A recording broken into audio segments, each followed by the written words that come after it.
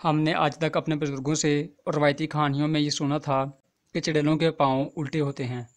और ये भी सुनने में आता था कि जिस इंसान में वो आ जाएं उसके पाँव भी उल्टे हो जाते हैं। मगर इस हकीकत को हमने कभी अपनी आँखों से नहीं देखा था।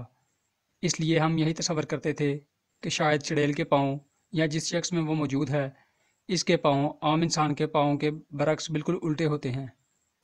क्योंकि जो अल्फाज हमने किस्से, कहानियों और बुज़ुर्गों से सुने थे, वो हमारे ज़हन में यही खाका बनाते हैं। मगर हकीकत कुछ यूँ है कि ये जो तस्वीरें आप स्क्रीन पर देख रहे हैं, ये उन लोगों की हैं जिनमें चुड़ैल मौजूद थी।